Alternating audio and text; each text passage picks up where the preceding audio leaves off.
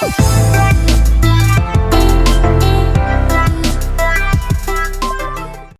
up, guys? Billy Mac here for another adventure. We're going to be discussing the Adrenoleukodystrophy, or ALD, in this next series, what we call Living with ALD. Unfortunately, the video that I had accidentally got deleted. And it's just my lot in life. Real quick, happy Thanksgiving to all.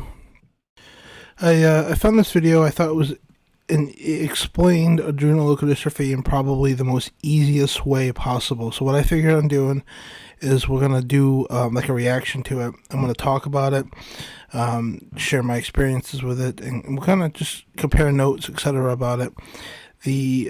The channel, Eureka Science, will have a link to the description down below, and the video, this actual video, will also have a link to the description down below. Now, this video is roughly 6 years old, so it might be outdated in some things, but we'll do what we can to cover as much as we can, update it a little bit, and kind of go from there. So that being said, let's get into the video.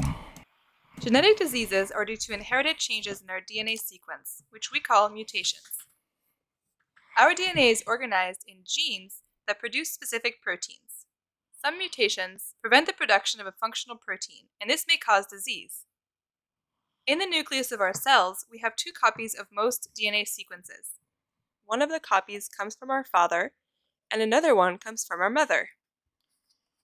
So, an affected parent can pass along a disease-causing mutation to their child.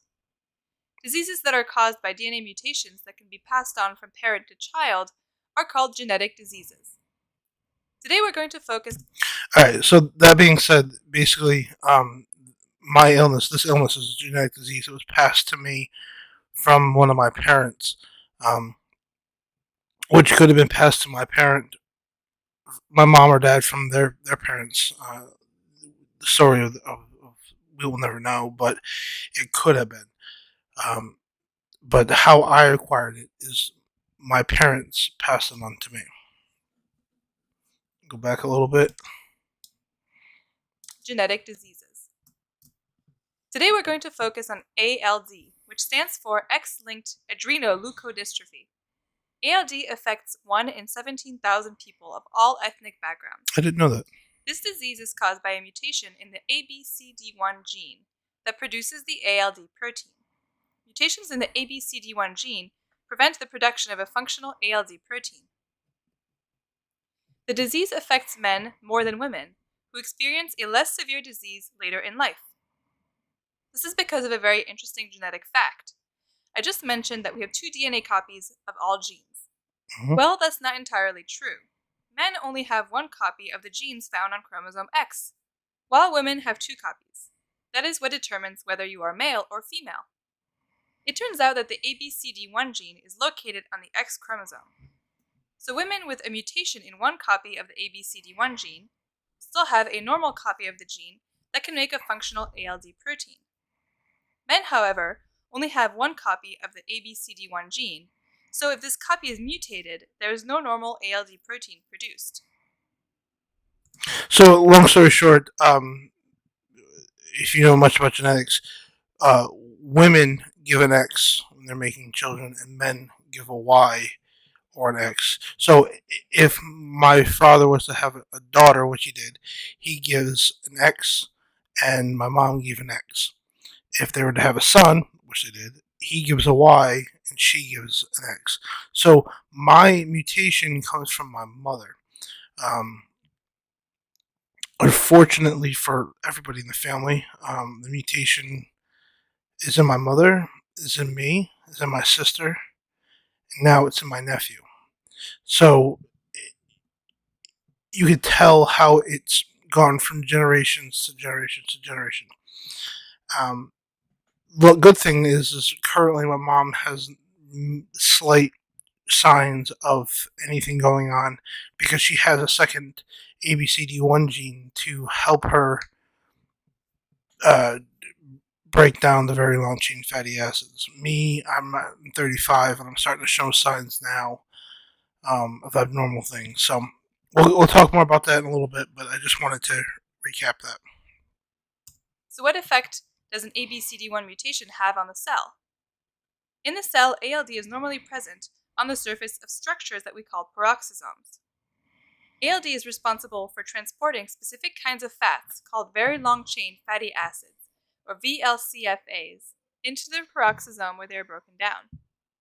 When a cell doesn't produce functional ALD protein, very long-chain fatty acids can't get broken down in the peroxisomes, so they accumulate. The very large quantities of VLCFAs can be toxic to certain cells, including cells that produce blood cells, cells that produce hormones, and cells that produce myelin in the nervous system, which is required for neurons to function. Therefore, patients with ALD develop very severe symptoms associated with the malfunction of these cells.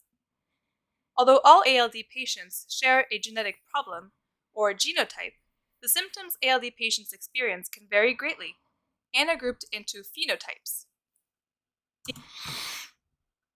So, real quick before we get into that, that's what this illness is basically a nightmare of, with genetics, etc. I jokingly say this as a way to describe this to people. Pretend, if you will, that your body is like a city block or a town or something like that, and your ABCD1 gene is the dump. The very long chain fatty acids are trash. The dump can receive the trash, but it can't process it. It can't break it down. So what eventually happens over time? It stinks, it pollutes the water, pollutes the ground, etc., and it just makes that area uninhabitable to live in.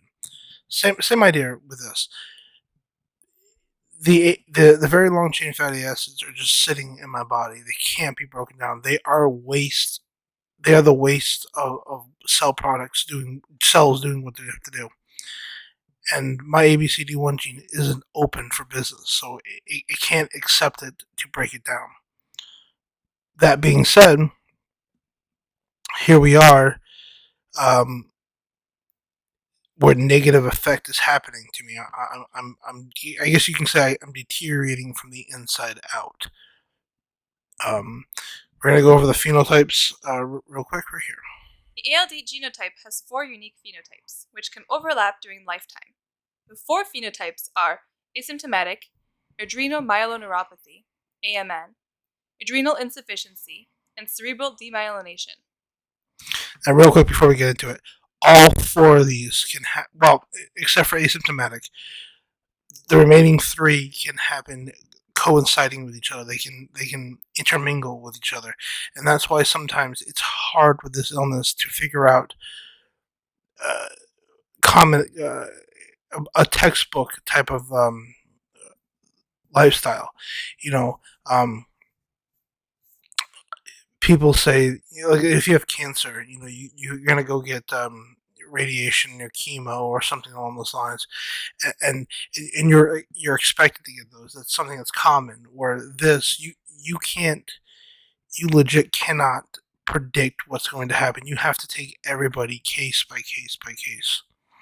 The onset and severity of the phenotypes can vary from patient to patient. I just said that. Let's explain how this works by talking about each of the ALD phenotypes in more detail. Let's start with the asymptomatic phenotype. All patients with ALD are completely asymptomatic for the first few years of life. During childhood and adolescence, men may begin developing symptoms, and by age 50, essentially 100% of men with the ALD genotype will have developed at least one of the ALD phenotypes or symptoms. Going back to the other hand, intermingle. Women with the ALD genotype rarely develop symptoms before reaching adulthood. All right, going back to, like I said, you can get one of those. It's or all 3. It's unfortunate that there is no path, if you will, of the common people get this one or common people get that one. No, you can get all 3, and you won't even know it. The other thing about asymptomatic, and this is something that I hope becomes a thing in the future, is it's going to become a lesser known thing. Not lesser known meaning like nobody knows about it, but lesser known meaning if more states allow screenings of this illness at newborn testing, then you're going to see that, okay, they may not have signs and they may still be quote unquote asymptomatic, but they will be monitored and watched as they grow into adulthood. Um, I've read a lot of stories where asymptomatic people, they don't lose their life due to this illness, but they lose their life to depression because one day they're fine, everything's going great, and next thing you know, depression sets in, and they're just driven to an area that they just can't get themselves out of. In fact, 2 weeks ago, I was driven into that depression myself, and it's unfortunate and sad to see. But that's the asymptomatic people when you don't know about this, and all of a sudden it springs upon you, and then you find out it's a genetic illness. You start thinking to yourself, did I pass it on to my daughter or my son? Did I pass it on to their kids, or and then that's when depression can really start to sink in, because there are some people like me, for example, who just want to live with this and die with it. Um, it's a hard battle. It really is, and we're gonna get into in other videos the way I look at this illness and how I plan on doing. But I just wanted to cover that real quick. And then, symptoms are usually limited only to one phenotype, adrenal myeloneuropathy, or AMN. Adrenal myeloneuropathy, or AMN. All right, so this is something that the doctors are saying that I'm walking into. Let me recap. I paused that last part too early of a phase. They were just saying with women with asymptomatic usually only get AMN, or adrenal myeloneuropathy. So we're going to learn what AMN is right now. Is the most common ALD phenotype. It affects all men and most women by the time they reach their late 40s. In this sense, it is considered the default form of ALD. In other words, whether you are a man or a woman with ALD, if you live long enough, you will eventually develop AMN. AMN results from slow and progressive injury to the myelin and axons of the spinal cord and nerves because of VLCFA accumulation. Myelin serves as a sheath to protect and insulate the axons of neurons in the spinal cord responsible for movement and sensation, which are among the largest and longest cells in the body, leaving them vulnerable and harder for the body to repair. When myelin is damaged in ALD, neurons in the spinal cord and nerves malfunction. As a result, symptoms often begin as stiffness or tingling in the feet, but they always worsen over time and result in difficulty with walking, balance, and strength, as well as bowel, bladder, and sexual functions. All right, I'm going to pause over here because I want to talk about these things. Some of the things that I personally have been dealing with, with AMN, is movement and stiffness and tingling, etc. I have tingling that's hit or miss, but it's one of those things where like the stiffness is more prominent than the tingling. Again, case by case situation. Difficulty walking. There are some days I can't walk. My legs are so stiff, I just cannot move. Difficulty with balance and strength. I trip over my own feet all the time. It's so embarrassing. And problems with bowel, bladder, and sexual function. I have to judge my trips to the stores or whatever to make sure there's a bathroom present, because I've embarrassingly I've gone to the bathroom in my own pants. You just can't control it.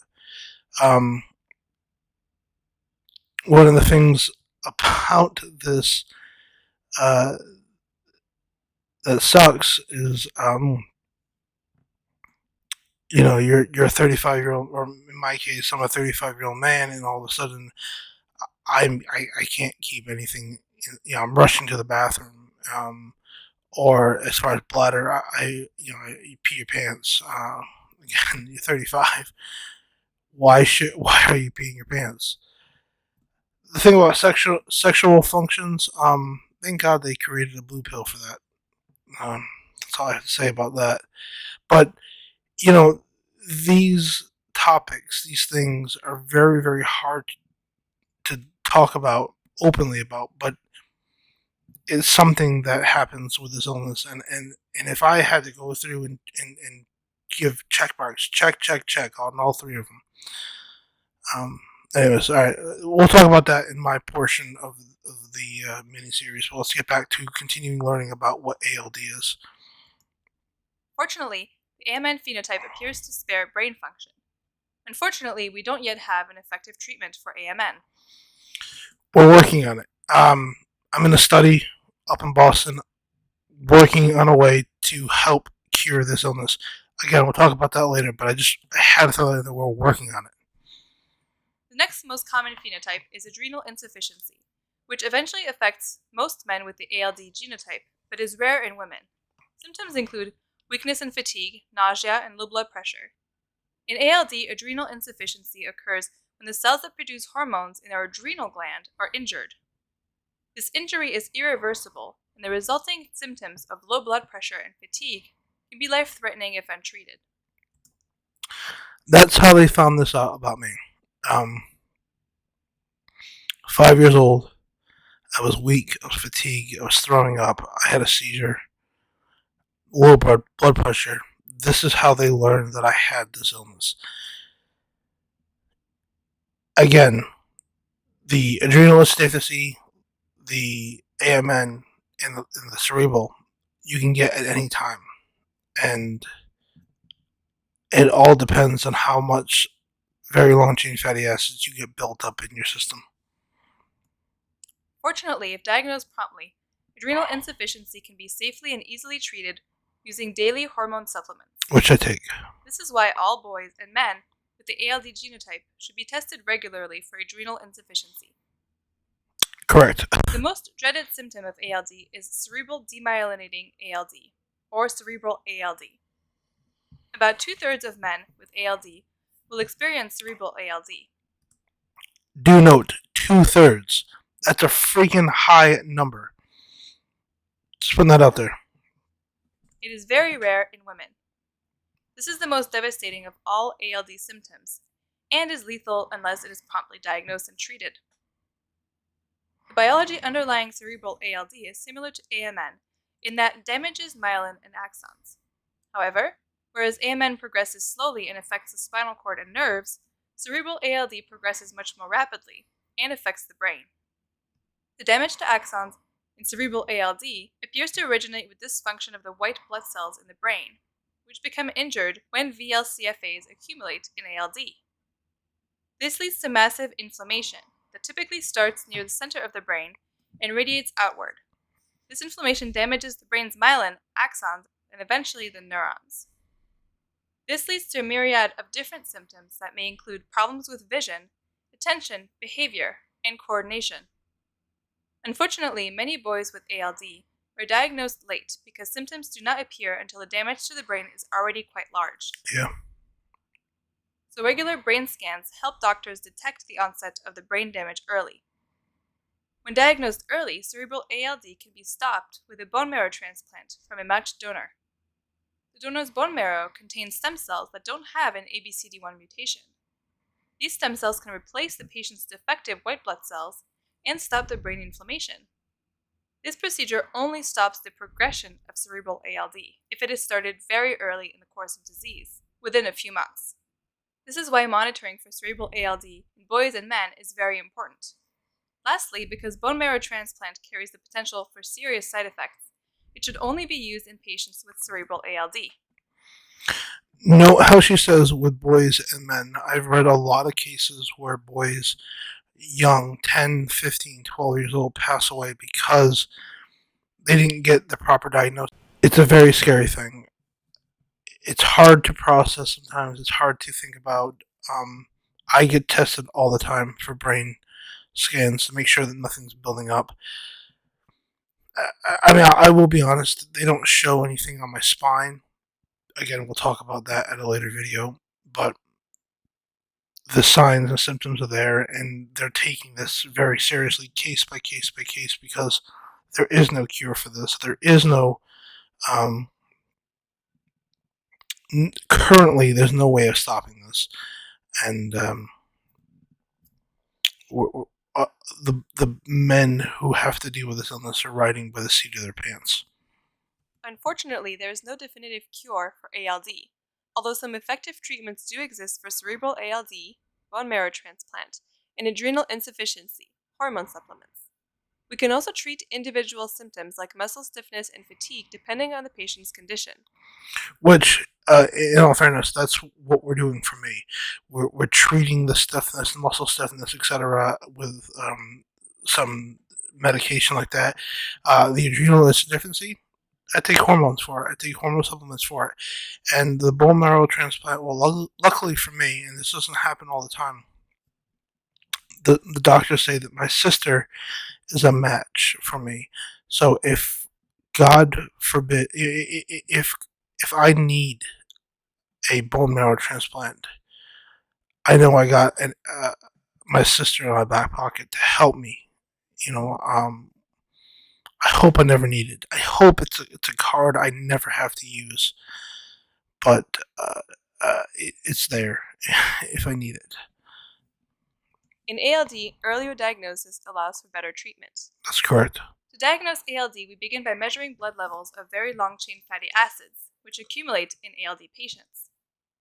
This test can easily be performed at birth and is being added to the newborn screening panel in a growing number of states. I hope it happens in all states. I'm sorry. I didn't mean to cut you off, but I'm sorry. I hope all 50 states start doing this screening from the start. Diagnosis of ALD is made by identifying mutations in the ABCD1 gene, which can be done after birth or as part of a prenatal diagnosis. So what lies ahead for ALD patients? There are many exciting advances already in progress. Newborn screening for ALD is being implemented in a growing number of U.S. states. Should be in all of them. Scientists have found several drugs that may reduce levels of VLCFAs. There are also several exciting treatments currently in clinical trials.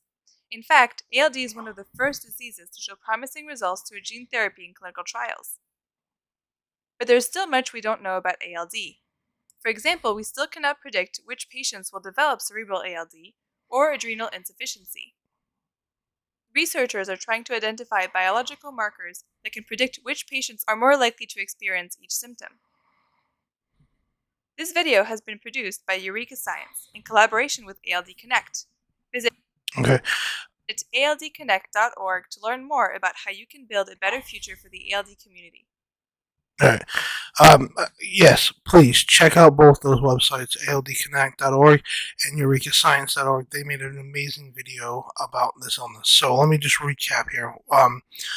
One, I'm in a medical study currently. I've been doing it for 3 years now, trying to figure out a way to stop buildup of very long-chain fatty acids on the spine with AMN patients. I don't know the results. They haven't shared them with me, but I do know that it is a step in the right direction as far as finding a cure for this illness.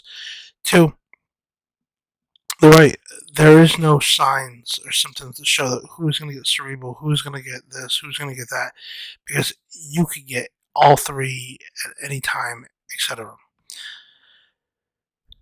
This is, I hope this, first of all, let me just say, I hope this video was informative to you. If you're learning about an illness, this video is amazing. Go check out Eureka Science and watch this video without any interruptions from me, and give them the credit that they deserve. This is an amazing video. But this is part 2 of this mini series. I wanted you guys to understand and know what adrenoleukodystrophy is, what ALD is, and how it comes about, and where it comes from, if you don't know anything about this illness. Guys, if you like this video, don't forget to give this video a big old thumbs up. Don't forget to subscribe. I wish the camera didn't die in the middle of me doing this originally, because I'd have video, but unfortunately I have to do just a voiceover. Give this video a big old thumbs up. Don't forget to subscribe. And guys, if you're in America, have a happy Thanksgiving. I hope you had a happy Thanksgiving. Enjoy it with your family. Do it safely. And I'll catch you guys in the next adventure. See ya.